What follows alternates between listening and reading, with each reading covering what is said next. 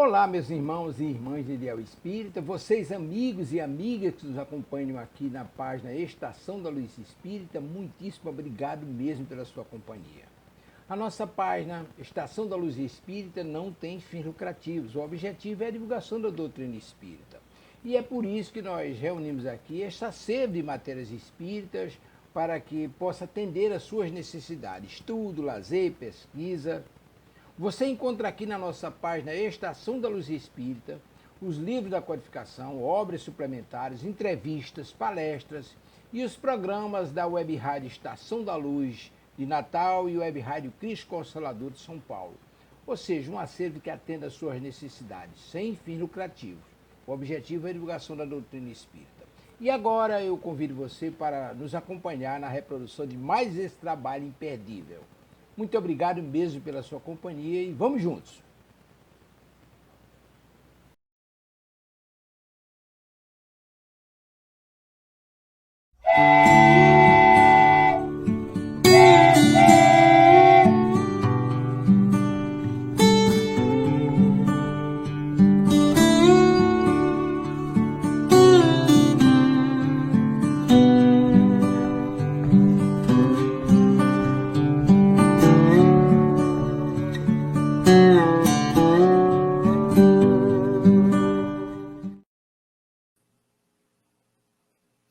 Muito boa noite! Sejam todos muito bem-vindos e bem-vindas a mais um encontro nosso aqui na Estação da Luz.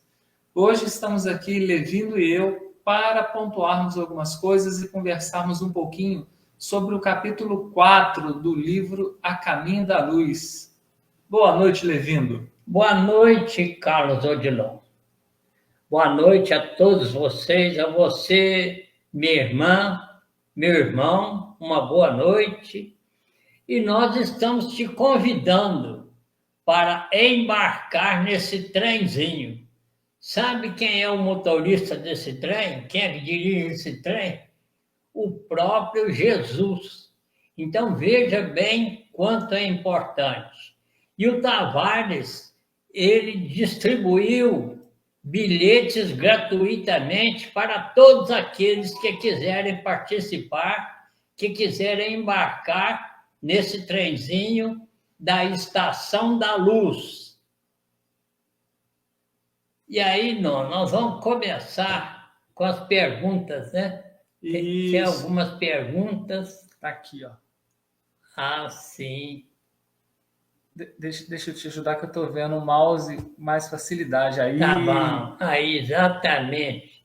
Então, a primeira pergunta é da Josefa Inácio, de Matozinhos, Congonhas, Minas Gerais.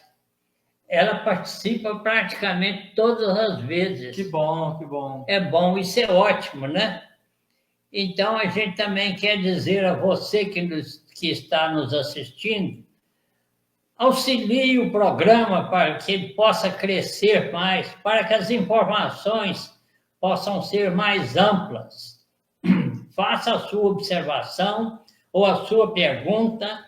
No convite tem um número de zap, que é o zap do Eliedson Tavares, e você pode perguntar para ele, que ele repassa para nós e a gente coloca aqui no nosso programa, né, não? Exatamente. E isso adianta bastante, né? Verdade, verdade. É bom para ter uma interatividade, né? Exatamente. Essa interação é muito importante. Mas aí a nossa irmã Josefa pergunta: quais as maiores contribuições para o futuro da humanidade foram calcadas no Egito Antigo? Então, não, é muita coisa, viu? É muita coisa. Você basta dizer que Pitágoras foi iniciado no Egito. Sim. E eu penso que também o Leucipo, Demócrito, também foi de lá que eles trouxeram essa teoria atômica. A matemática, ela, apesar de usar os algarismos arábicos, mas a matemática, no que diz respeito à álgebra, ela nasceu no Egito, praticamente. Pois é, você veja. E também a engenharia, a arquitetura, né? Lembrando que engenharia e arquitetura são disciplinas diferentes, né? Sim, sim, mas a matemática está no fundamento das duas. A matemática está.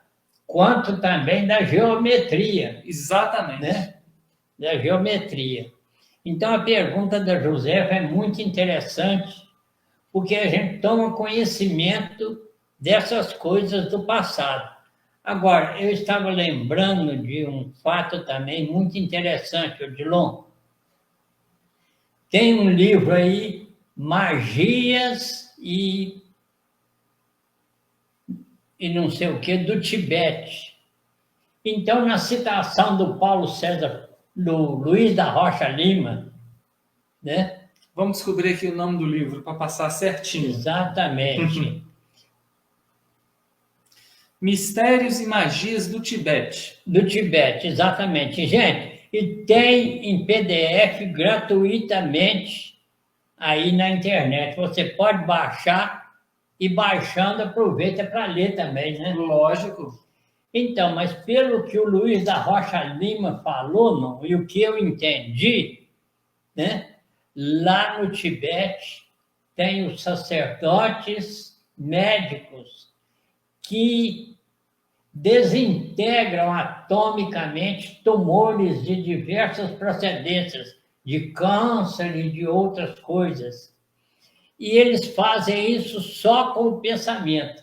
Aí veja bem, essa gente, sem dúvida, eles tiveram uma grande influência, tanto da Índia quanto também do Egito, né? Uhum.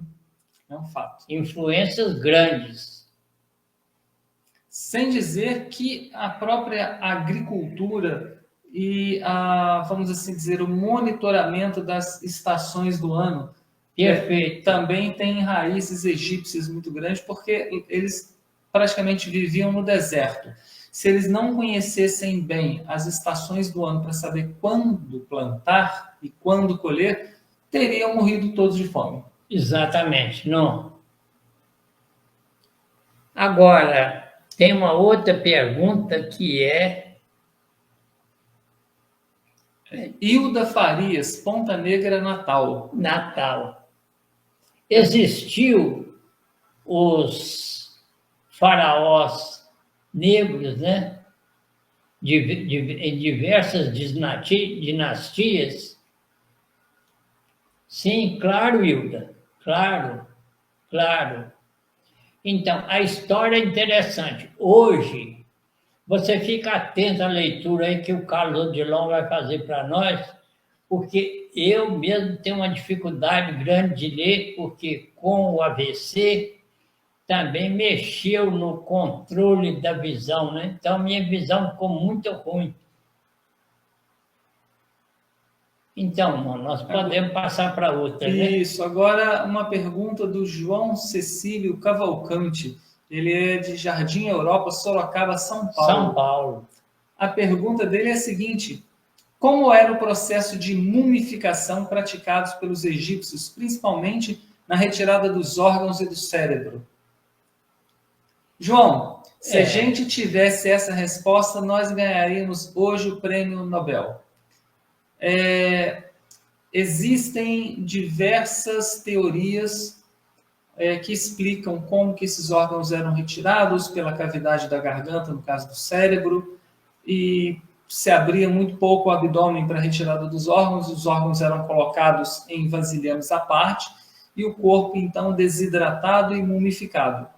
No entanto, como não há registros oficiais do protocolo que era seguido pelos egípcios, não se sabe nem se havia um protocolo ou mais de um protocolo, essa é uma informação que a humanidade vai ficar devendo. Exatamente. Não tem ninguém que saiba. Mas, ainda fazendo um adendo na pergunta anterior, né? Eu estava lembrando aqui do Hermes Trismegisto. Ele deixou 36 livros de filosofia e de medicina. Você veja bem que coisa extraordinária, né? E isso, como que o homem moderno, nessa corrida louca que ele vive, né? Ele como que abandonou aquilo tudo, deixou aquilo de lado. Sim, verdade. Né? Mas a gente vai lembrar, por exemplo, que Moisés, Abraão tiveram raízes também no Egito. De fato. O próprio Jesus morou lá com a sua família, segundo a história, mais ou menos por volta de 2 anos. Logo depois do nascimento de Jesus, foi anunciado aos seus pais que o imperador Herodes estava atrás do menino. Eles fugiram. E fugiram para onde? Para o Egito. E ficaram lá até a morte de Herodes, que se deu no ano 4 antes da era cristã. Pois é, você veja bem, né? Então, eles deixaram uma grande influência para todos nós, né? Para a humanidade inteira, né? Você veja, por exemplo, esse negócio lá dos... São médicos, né? Lá do Tibete. Sim.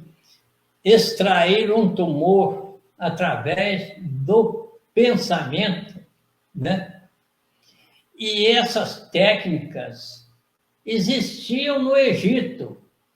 Só que a humanidade, né? O homem fanático atrás de ouro, né?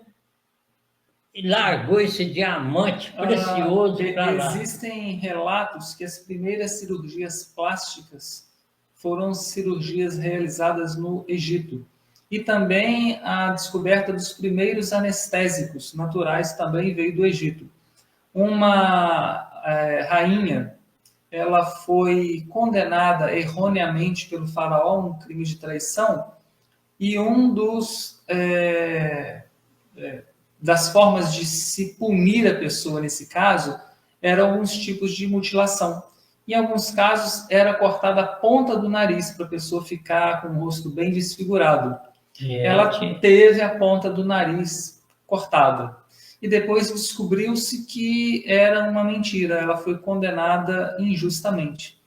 Então o faraó incumbiu aqueles que eram tidos como médicos, incumbiu a esses que fizessem uma reconstituição do nariz. E foi feita uma reconstituição de nariz, uma técnica muito interessante que eles descobriram, né? Cortaram um pedaço da pele do rosto para ir chegando para lá e para cá, até acomodar no nariz, mas não seccionaram a pele toda, porque eles sabiam, tinham conhecimento da vascularização. E se tirasse a pele toda e recolocasse ali, como eles não tinham técnicas de reimplantamento, ia necrosar e acabar fazendo um quadro de sepsemia e levar à morte. O que eles fizeram? Eles não cortaram totalmente, eles deixaram um fio de pele no lugar para manter a circulação, posicionaram, deram pontos, e foi uma cirurgia bem sucedida, narrada na história. Existem relatos. Pois é, você veja só que grandeza, né? Que grandeza. Então, que na verdade é o seguinte, todo mundo ficou prestando muita atenção nos israelitas, né? Sim. E largaram o resto de lado. Mas você que gosta de ler e estudar, meu irmão, além desse livro que o Odilon gentilmente falou o nome para nós, você baixa aí na internet, mas você aproveita também e leia a obra Depois da Morte, do Leon Denis. Ali você vai ter grandes ensinamentos védicos. Ou não? E eu, quando li, fiquei muito admirado, porque praticamente, vamos dizer assim, nos ensinamentos védicos estava o Sermão da Montanha. Sim, sim. Mas aí a gente vai lendo... De uma forma adequada para a cultura da época. Exatamente. Mas aí nós vamos lendo o Emmanuel vai informar para nós que quem educou eles foi o próprio Jesus. Então, quer dizer, não tem novidade nenhuma nisso, né? Verdade. Né? Mas, Porque- ô Levindo, Sim, o João Cecílio Cavalcante ele deixou ainda uma outra pergunta. perfeito. As grandes pirâmides alinham com a constelação de Órion e o círculo da divisão exata da Terra nos sentidos leste-oeste e norte e sul.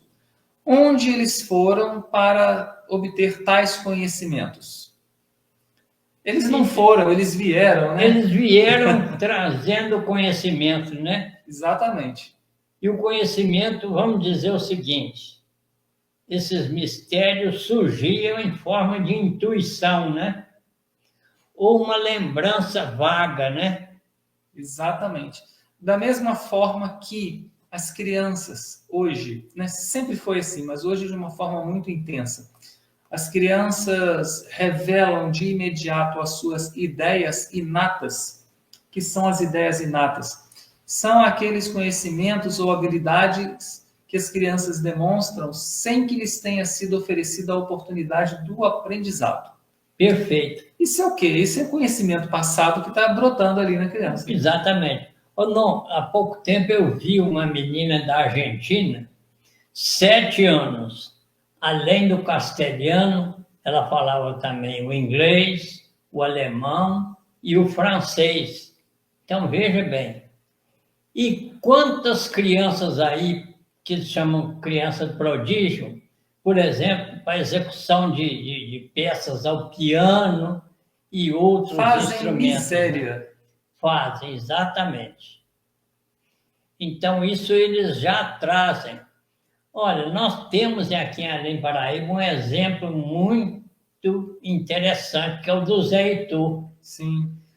O Zé Heitor é um escultor em madeira. Gente, mas é uma coisa perfeita. Um dia eu estava saindo do Amor em Deus e ele falou, olha, ainda não mostrei ninguém, vou mostrar você primeiro. E tirou de dentro da sacola que eu já ia levando a cabeça do Juscelino. Odilon, mas não tem assim negócio assim. Ah, é muito parecido, não é parecido, não, é igual, idêntico, né? Enquanto que a gente vai passar a mão no machado, vão cortar um pedaço de pau, não pedir que a gente cortar, é o pé. É né? o pé, exatamente. É Quebrar o machado, estragar a madeira e machucar o pé. Exatamente. Então, hoje nós tínhamos só essas 4 perguntas, né? Sim. Bom, então vamos ao capítulo 4. Vamos ao capítulo 4. Capítulo 4, ele começa falando especificamente sobre a civilização egípcia. Exatamente. E o espírito Emmanuel nos diz o seguinte: dentre os espíritos degradados na terra, os que constituíram a civilização egípcia foram os que mais se destacavam na prática do bem e no culto da verdade. Aliás, importa considerar que eram eles os que menos débitos possuíam perante o tribunal da justiça divina, em razão dos seus elevados patrimônios morais, guardaram no íntimo uma lembrança mais viva das experiências de sua pátria distante. Um único desejo os animava, que era trabalhar devotadamente para regressar um dia aos seus penates resplandecentes. Uma saudade torturante do céu foi a base de todas as organizações religiosas. Em nenhuma civilização da Terra o culto da morte foi tão altamente desenvolvido. Em todos os corações morava a ansiedade de voltar ao orbe distante, ao qual se sentiam presos pelos mais santos afetos. Foi por esse motivo que, representando uma das mais belas e adiantadas civilizações de todos os tempos, as expressões do Antigo Egito desapareceram para sempre do plano tangível do planeta, depois de perpetuarem nas pirâmides os seus avançados conhecimentos. Todos os espíritos daquela região africana regressaram à pátria sideral. Olha só. É uma consideração feita ali pelo Emmanuel muito significativa. Muito significativo. Porque praticamente todas as outras culturas e etnias que estiveram presentes no planeta Terra deixaram traços mais significativos ou, vamos assim dizer, herdeiros humanos. Por exemplo, os samaritanos. Isso. Hoje existem praticamente 300 samaritanos vivendo na região da Samaria. Samaritanos mesmo, não pessoas que acabaram indo para lá. Mas descendentes dos egípcios não há. Pois é. É interessante Sim. esse fato, né? Muito interessante esse fato. Muito interessante. E, Odilon, ninguém dá notícia nenhuma dos livros. Onde é que foram parar esses livros? De fato, Né? talvez estejam ainda, entre aspas, escondidos Em na alguma Terra, pirâmide, né? em algum lugar, né? Porque talvez as informações que eles tenham registrados ali sejam ainda muito chocantes para a humanidade hoje, porque você encontrar livros antigos falando abertamente sobre reencarnação, sobre ter a consciência de ter vindo de um outro lugar do espaço que não da Terra, talvez isso ainda choque muito. Então, estão esperando um tempo adequado da nossa compreensão para serem encontrados. Para surgirem, né? Para surgirem. Pois é. Não. E realmente, e aí você vê, eu estava me lembrando ainda, antes da gente começar o programa, como é que o João não entendia nada daquilo que Jesus fazia, né? Exatamente. Ele descreve, lá não lembro agora de qual é o capítulo, que Jesus cuspiu no chão, fez um barro e untou o olho do cego. Exatamente. E mandou ele se lavar na piscina, né? Então você vê, o João não entendeu. O que Jesus soprou foi o ectoplasma dele. Não foi saliva. Não foi saliva. E ele juntou com os elementos minerais do solo e alterou a estrutura atômica do olho do cego. Foi Exatamente. desse jeito. E, vamos dizer, no Tibete, eles sabem fazer essas coisas. Não. Ainda tem um pouco daquela memória antiga lá do Egito. E você veja, né? Eu estava vendo outro dia, alguém me passou uma mensagem de uma senhora que é assim, tipo uma gerente de um desses laboratórios de medicamentos. Então, ao discurso dela, o negócio não é fazer medicamento para te curar, não. É para te tornar dependente do medicamento. Fato. Né? Aí você já imaginou, essas pessoas, esses sacerdotes hoje aqui extraem gratuitamente um câncer, por exemplo. Então isso contraria. Você lembra na época da pandemia, porque o Bolsonaro falou em tomar aquele medicamento, a ciranda que fizeram, né? E que Verdade. até hoje ainda repercute, né? Verdade. Agora, uma questão interessante, né, da gente lembrar aí, ainda de algumas riquezas muito significativas dessa civilização egípcia, o culto da morte sempre foi presente na humanidade, porque por mais que se negue a crença da vida após a morte, no íntimo, todos os povos, civilizações e etnias tinham a noção de que a verdadeira vida é aquela que a gente vai encontrar depois que o corpo tombar morto. É verdade. Então, eles cultuavam a morte por conta disso. A morte não era algo, um fim, algo extremamente triste, uma perda horrível, como a nossa cultura prega muitas vezes. Agora, olha que interessante. Sempre a gente ouviu falar, eu, por exemplo, estudei na escola dessa forma, que as pirâmides eram os túmulos dos reis ou faraós. E, na verdade, nunca existiu um rei egípcio, um faraó egípcio sepultado numa pirâmide. Eles eram sepultados próximo ali da região onde tem as 3 pirâmides da cidade de Gizé, chamado Vale dos Reis. Ali que eles eram enterrados, quase que de uma forma simples e obscura, sem aquele aparato todo da pirâmide. Mas com muito respeito, Com né? muito respeito. As pirâmides, né, eram, na verdade, uma grande representação da vida após a morte. E o corpo, Isso. né, ficava lá enterrado ali perto, mas não dentro das pirâmides. Isso você pode pesquisar, que você encontra essas informações nos dias de hoje. E Odilon, eu li, mas não lembro mais aonde, foi uma coisa assim muito ligeira, mas que aquelas pedras lá das pirâmides, que vinham de mais de 1.000 quilômetros de distância, que elas vinham flutuando num colchão de ectoplasma. Existe um autor chamado São Carlos. Sim. Ele é quase um xará meu.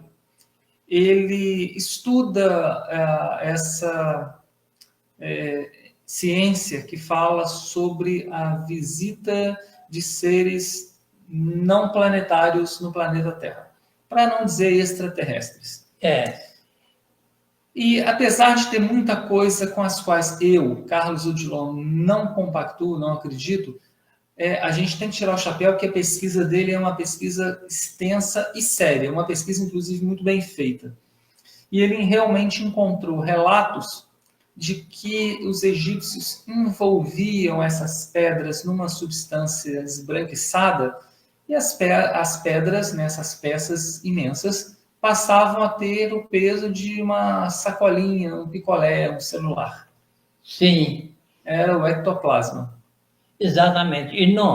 E tem um outro aspecto muito interessante também. Hoje já se executa isso na China, né? A desmontagem atômica de fragmentos muito pequenininhos e rematerialização desses fragmentos. Exatamente, em outro ambiente. Em outro ambiente. Então, essas pedras podem também ter sido desmaterializadas lá na origem. Sim. E materializado novamente aonde que estão as pirâmides, né? É um fato. Pois é. E ali, naquela região, tem um magnetismo fora do comum. Acho que o Emmanuel vai falar que os rádios dos aviões, quando passam sobre o Vale dos Reis, os rádios não funcionam. Olha. Por causa do magnetismo. Mas eu acho que nós vamos ler isso hoje. Vamos na sequência aqui mais um pouco? Vamos mais um pouco. Ciência secreta. Em virtude das circunstâncias mencionadas, os egípcios traziam consigo uma ciência que a evolução da época não comportava. Aqueles grandes mestres da antiguidade foram então compelidos a recolher o acervo de suas tradições e de suas lembranças no ambiente reservado dos templos, mediante os mais terríveis compromissos dos iniciados nos seus mistérios. Os conhecimentos profundos ficaram circunscritos ao círculo dos mais graduados sacerdotes da época, observando-se o máximo cuidado no problema da iniciação. A própria Grécia, que ali buscou a alma de suas concepções cheia de poesia e de beleza através da iniciativa dos seus filhos mais eminentes, no passado longínquo, não recebeu toda a verdade das ciências misteriosas. Tanto é assim que as iniciações no Egito se revestiam de experiências terríveis para o candidato à ciência da vida e da morte. Fatos esses que, entre os gregos, eram motivo de festas inesquecíveis. Os sábios egípcios conheciam perfeitamente a inoportunidade das grandes revelações espirituais naquela fase do progresso terrestre. Chegando de um mundo de cujas lutas na oficina do aperfeiçoamento haviam guardado as mais vivas recordações, os sacerdotes mais eminentes conheciam o roteiro que a humanidade terrestre teria que realizar. Aí residem os mistérios iniciáticos e a essencial importância que lhes era atribuída no ambiente dos sábios daquele tempo. Olha que significativo, né? Pois é. Sabendo que o conhecimento ele era demasiado para a maioria das pessoas da época, eles só revelavam àquelas pessoas que eram iniciadas nas tais ciências secretas. E não era qualquer um que poderia ser iniciado. Exatamente. E, Odilon, você vê isso, inclusive, até hoje, né? Dependendo do assunto, por exemplo, se você abordar numa palestra pública, uma coisa assim, o pessoal não gosta, não. Não. Não gosta porque não gosta de estudar, né? Exatamente. Nós ainda somos pessoas muito polarizadas. Muito. Então, tudo aquilo que é mostrado e que exige um pouco mais de esforço mental desagrada. E tudo aquilo que é mostrado que foge às crenças da pessoa também desagrada. Pois é. Infelizmente, né, nós somos obrigados a confessar, mas o que a sociedade atual gosta mesmo é de escândalo, né? Verdade. Lamentavelmente, né? Verdade. Agora, o Espírito Emmanuel vai fazer uma consideração bem interessante aqui. Sim. O politeísmo simbólico. Nos círculos esotéricos, onde pontificava a palavra esclarecida dos grandes mestres de então, sabia-se da existência do Deus único e absoluto, Pai de todas as criaturas e providência de todos os seres.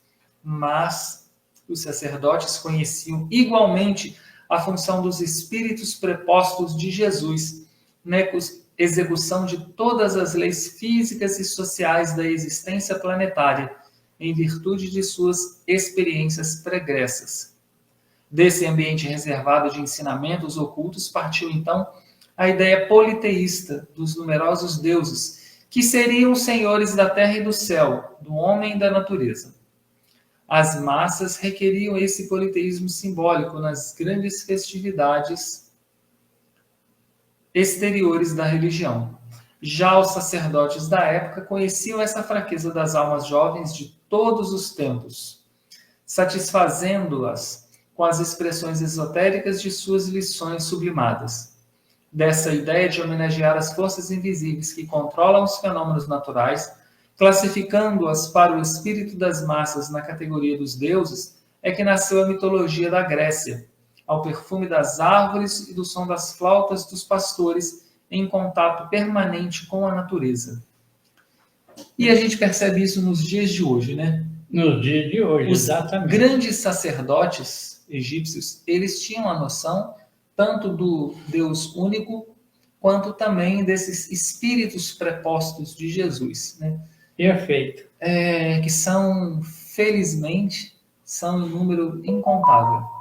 No entanto, eles sabiam que as pessoas gostavam dessa questão do extraordinário, de muitos deuses, muitas adorações. Eles deixavam as pessoas cultuarem dessa forma, porque melhor eles cultuando vários deuses do que não cultuando Deus nenhum. Exatamente. E na doutrina espírita, infelizmente, a gente encontra ainda esse tipo de crença. As pessoas que gostam do extraordinário e do maravilhoso. Exatamente. Se falar que o Levindo vai lá fazer uma palestra, ou que o Odilon vai lá fazer uma palestra, vai dar meia dúzia de gato pingado. Exatamente. Mas se falar que vai um médium que recebe espírito, que dá paz... E aí não cabe, não né? cabe. Não cabe na casa. Mas isso é verdade, não? As pessoas ficam doidas atrás de fenômeno. Sim. Né? E o próprio Emmanuel falou com o Chico, que era naquele período que o Peixotinho foi visitar ele, né? Que o Chico parasse com aquelas sessões de materialização, porque aquilo dá um consumo de energia fabuloso e não convence ninguém, né? Exatamente. Pouco resultado positivo produz. Pouco resultado, exatamente. Bom, agora vem tema, um subtema aqui que o Emmanuel pontua para a gente, Isso. que a gente deve pensar muito. O culto da morte e a mentempsicose. Um dos traços essenciais desse grande povo foi a preocupação insistente e constante com a morte. A sua vida era apenas um esforço para bem morrer. Seus papiros e afrescos estão cheios dos consoladores mistérios do além-túmulo. Era natural. O grande povo dos faraós guardava a reminiscência do seu doloroso degredo na face obscura do mundo terreno. E tanto lhe doía semelhante humilhação que, na lembrança do pretérito, criou a teoria da mentempsicose, acreditando que a alma de um homem poderia regressar ao corpo de um irracional, ou de um animal, né? Por determinação punitiva dos deuses. A mentempsicose era o fruto da sua amarga impressão a respeito do exílio penoso que lhe fora infligido no ambiente terrestre. Inventou-se desse modo uma série de rituais e cerimônias para solenizar o regresso de seus irmãos à pátria espiritual. Os mistérios de Ísis e Osíris, mas não eram do que os símbolos das forças espirituais que presidem os fenômenos da morte. E até hoje na Índia ainda tem muito isso, viu? Essa crença. A mentempsicose, pessoal, Exatamente. Quem não está familiarizado, é a crença de que o indivíduo, depois de desencarnar, se ele cometeu faltas muito severas, ele pode, né, reencarnar no corpo de um animal. Um cachorro, Exatamente. uma vaca. Nós sabemos que isso não é possível nas leis, diante das leis naturais, porque ninguém regride em habilidades, conhecimentos adquiridos. Isso seria uma regressão, reencarnar no corpo de um animal. No entanto, a gente pode vir numa reencarnação expiatória num corpo difícil para aprender a valorizar a vida, né? E a vida, exatamente. Então, e é bom a gente aconselhar as pessoas que estão nos acompanhando que leiam também esse livro, A Caminho da Luz. É um livro pequeno e existe ele disponível no formato PDF na internet, gratuitamente.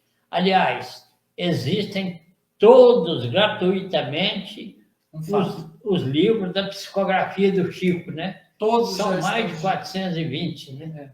São quase 500 livros. Pouca coisa para 500.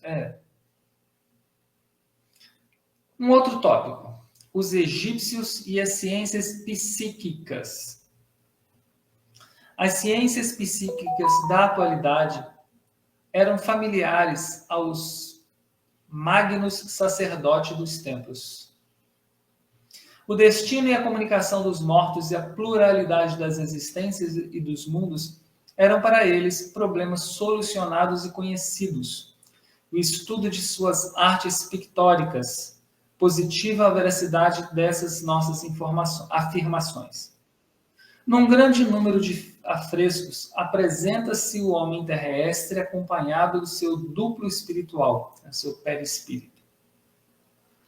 Os papiros nos falam de suas avançadas ciências nesse sentido e, através deles, podem os egípcios modernos reconhecer que os iniciados sabiam da existência do corpo espiritual pré-existente que organiza o mundo das coisas e das formas.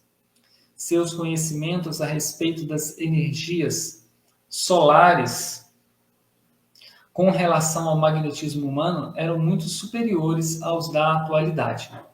Isso é para deixar a gente de cabelo em pé, né? De cabelo em pé. A gente que se acha conhecedor de tudo e todas as coisas.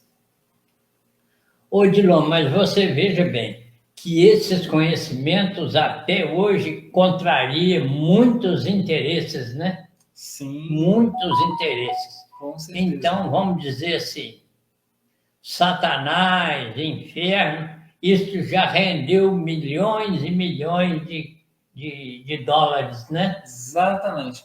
Fora a dominação histórica que a gente já passou. Exatamente. a dominação.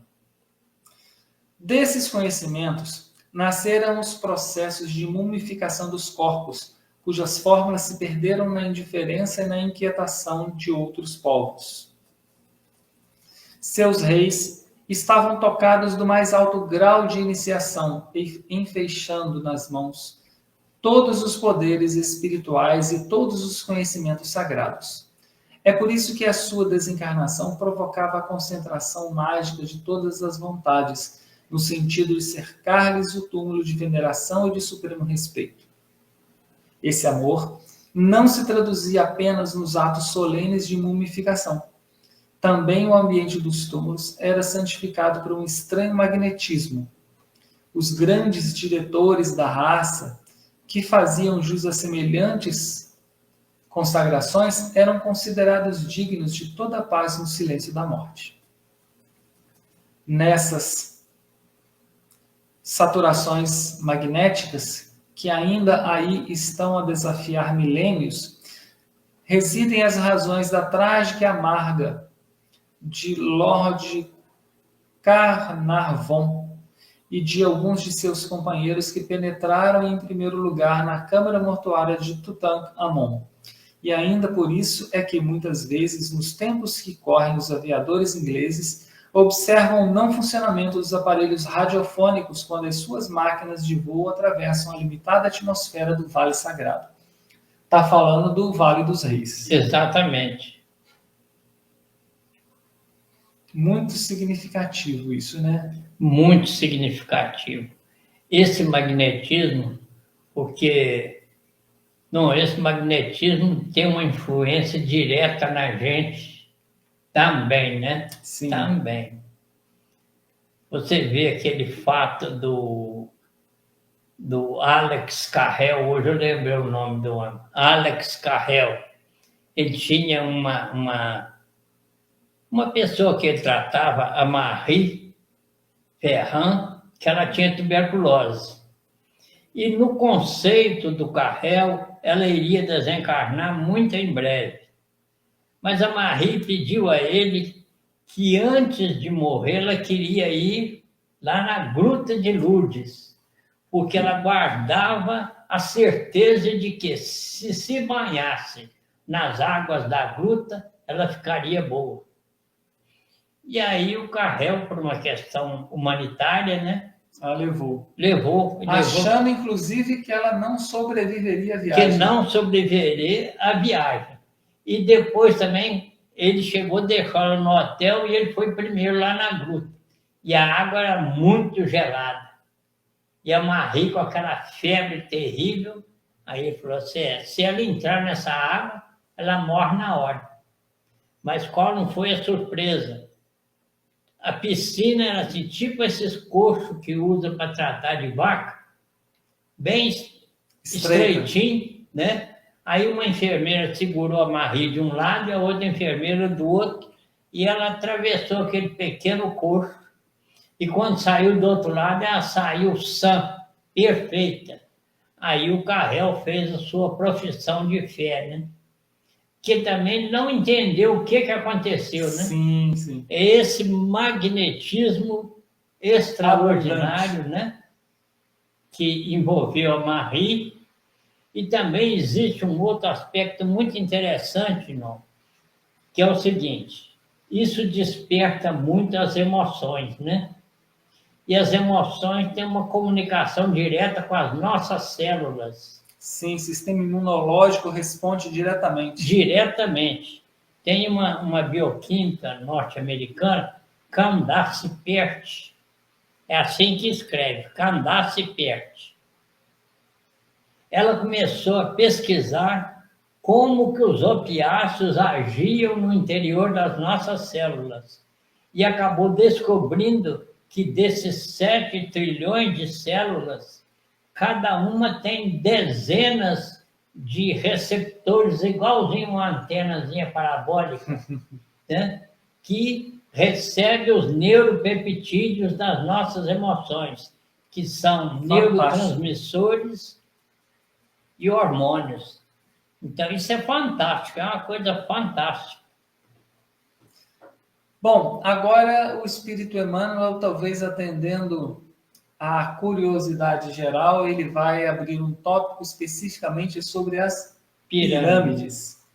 Vamos lembrar que não foram só os egípcios que construíram pirâmides. Ah, sim. Várias outras culturas, como por exemplo aqui na América do Sul e também na América Central, nós temos Chichén Itzá. Pois é. Temos ali as pirâmides de Chichén Itzá muito significativas. Pois é. A assistência carinhosa do Cristo não desamparou a marcha desse povo cheio de nobreza moral. Enviou-lhes auxiliares e mensageiros, inspirando nas suas realizações que atravessaram todos os tempos, provocando a admiração e o respeito da posteridade de todos os séculos. Aquelas almas exiladas, que as mais interessantes características espirituais singularizavam, conheceram em todo o tempo que o seu degredo na terra atingia o fim. Impulsionados pelas forças do alto, os círculos iniciáticos sugerem a construção das grandes pirâmides, que ficariam como sua homenagem eterna para as futuras civilizações do orbe. Esses grandiosos monumentos teriam duas finalidades simultâneas. Representariam os mais sagrados templos de estudo e iniciação, ao mesmo tempo que constituiriam, para os pósteros, um livro do passado, com as mais singulares profecias em face da obscuridade do porvir. Levantaram-se, Dessarte, as grandes construções que assombravam a engenharia de todos os tempos.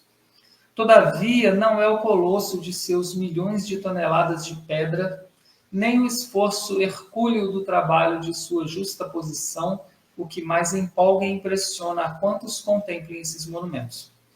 As pirâmides revelam os mais extraordinários conhecimentos daquele conjunto de espíritos estudiosos das verdades e da vida. A par desses conhecimentos, encontram-se ali os roteiros futuros da humanidade terrestre. Cada medida tem a sua expressão simbólica relativamente ao sistema cosmogônico do planeta e à sua posição no sistema solar. Ali está o meridiano ideal que atravessa mais continentes e menos oceanos, e através do qual se pode calcular a extensão das terras habitadas pelo homem, a distância aproximada entre o Sol e a Terra e a longitude percorrida pelo globo terrestre na sua órbita no espaço de um dia. A precessão dos equinócios, bem como muitas outras conquistas científicas que somente agora vêm sendo consolidadas pela moderna astronomia. Olha que fantástico. Interessante, né? Principalmente esse negócio da predecessão dos equinócios, né? Precessão dos equinócios, que é de 26 mil em 26 mil anos, né? Sim. Gente, que coisa fantástica. Mas eles já conheciam, né? Exatamente. Vou deixar aqui uma curiosidade. Sim. Você também encontra na internet, você que está em casa, tem inclusive documentários do History Channel no YouTube sobre isso. Foi encontrado um naufrágio perto da ilha grega chamada Anticítera. Sim. Nesse naufrágio tinha um pequeno bloco já consumido ali pela maresia, um bloco de bronze. Só que não parecia ser um bloco simples, um pedaço de bronze. Ele parecia ter engrenagens, mecanismos. Depois de estudado um pouco e feito alguns raios-x, eles descobriram que aquele mecanismo era um avançadíssimo relógio cosmológico. Olha só. Ele marcava vários efeitos astronômicos que só eram conhecidos no Antigo Egito e mais tarde eram meio que já conhecidos dos antigos gregos. Este mecanismo passou a ser chamado de mecanismo de Anticítera. Isso mostra um pouco para nós como essa civilização era absurdamente adiantada para a época. Exatamente. E o homem não prestou atenção nisso, né? Não. Não, deixou de lado, abandonou. foi correr atrás de ouro Exatamente. e largou o diamante principal, deixou Para de lado. trás. Exatamente. Pois é. Agora o Espírito Emmanuel vai falar sobre redenção. Sim, Depois dessa edificação extraordinária, os grandes iniciados do Egito voltaram ao plano espiritual no curso incessante dos séculos, e com seu regresso aos mundos ditosos da capela, vão desaparecendo os conhecimentos sagrados dos templos tebanos, que, por sua vez, os receberam dos grandes sacerdotes de Mênfis. Aos mistérios de Osíris e de Ísis e Osíris sucederam-se os de Eleusis, naturalmente transformados nas iniciações da Grécia Antiga. Em algumas centenas de anos, reuniram-se de novo nos planos espirituais os antigos degredados, com a sagrada bênção do Cristo, seu patrono e salvador. A maioria regressa então ao sistema da capela, onde os corações se reconfortam nos sagrados reencontros das suas afeições mais santas e mais puras. Mas grande número desses espíritos estudiosos e abnegados conservaram-se nas hostes de Jesus, obedecendo a sagrados imperativos do sentimento e, ao seu influxo divino, muitas vezes têm reencarnado na Terra para desempenho de grandiosas missões. E ali acaba o capítulo 4, quando Emmanuel fala sobre a redenção. Mas olha, são trabalhadores de Jesus. Né? Exatamente. Apesar de terem retornado para o seu mundo, vamos assim dizer, natal, eles ainda vêm na Terra de quando em quando para desenvolver missões específicas. Odilon, uma coisa assim a ser observada, né, por todos, é a leitura do livro Memórias de um Suicida. Sim. O Hospital Maria de Nazaré é uma coisa extraordinária, né? E quem é que está à frente lá do hospital? Exatamente esses iniciados que curtiram uma disciplina rígida, né? E então, para suportar, né, as vibrações do suicida e para também ter uma palavra que vai direcionar os suicidas, é preciso de gente muito especializada, né? Verdade. Muito especializada. O nosso tempo também, não? O tempo está acabando. Acabou. E é de bom alvitre que a gente não comece de forma rápida e curta o capítulo 5, né? É bom a gente deixar para a próxima vez. Exatamente. Né? Porque senão fica uma nebulosa, fica uma coisa estranha, né? Verdade. Estou vendo aí na telinha alguns amigos, né? Nosso amigo, esses são mais significativos para mim, Valnei, porque são pessoas né? do meu coração. Valnei, José Lopes. Obrigado, pessoal. Muito bom ver vocês por aqui. Tem o Paulo Calef também. Obrigado aí pelas mensagens. Vamos nos despedindo por aqui. É verdade, não? Porque o reloginho marcou o tempo. Então, gente, que vocês tenham um ótimo final de semana, contando sempre com as bênçãos de Deus e de Jesus, o nosso modelo e guia. Muita paz para todos e até a próxima sexta. Fiquem com Deus e até lá.